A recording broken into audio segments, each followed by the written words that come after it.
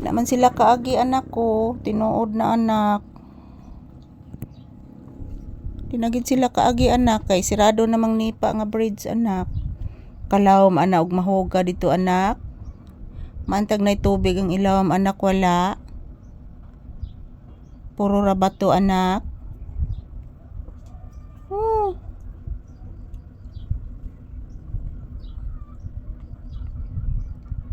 Maginigiingon anak nga taytayan gani anak nga lamo-lamuon lang og trabaho anak.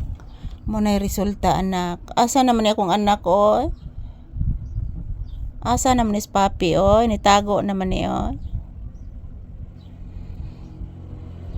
Ayan po si papi guys, parang inaantok na po ito si papi kasi kagabi matagal po kami natutulog kagabi guys kasi palaging lumilindol. So ayan, blissful Sunday to all of us. Ohayo gozaimasu. Si papi guys nandito po sa ilalim ng aking paa.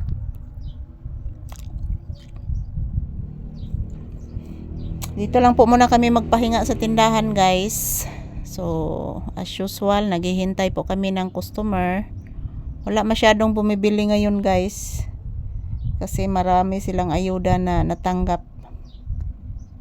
So yung bumibili dito is mantika radyoy napalit diri guys. Mantika og sabon, mura mga palangga. Kay mura wa may nanghatag og sabon. Mostly ang ipanghatag diri guys bugas, tubig, biskwit, noodles, dilata. Yung mga binigay na ayuda po dito sa aming lugar kasi isa po ang aming lugar na naapektahan ng lindol na napakalakas. Nagdulot ng malaking pinsala po dito sa aming lugar sa Northern Cebu.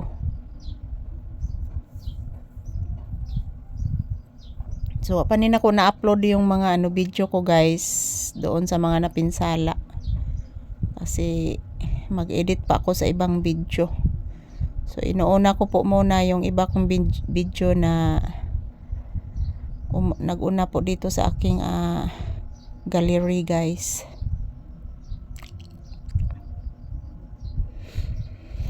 Yan pa electric pan sa aming mga palangga kay galing may nag-ehersisyo sa labas. Standby lang muna kami dito si papi habang yan si papi guys nakikinig po sa kapitbahay mayroong nag-video key. So mulinog na purog balik guys ug kusog manyagit na po na sila diha guys. Mapawong na sa na ilang video key.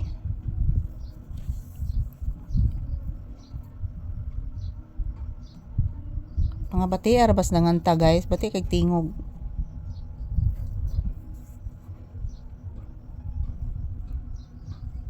Untog nakanak. Himbing ng tulog ni papi oy. Himbing jud ang tulog ni papi guys.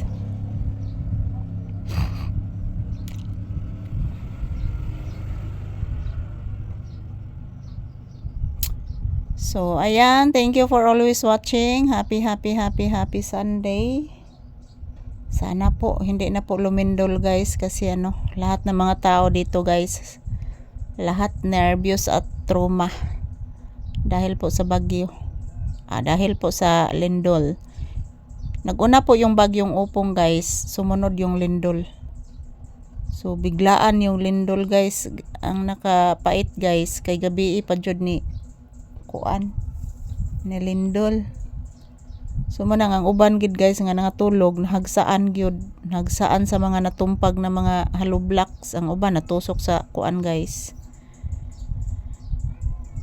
Looy kay among lugar mga palangga.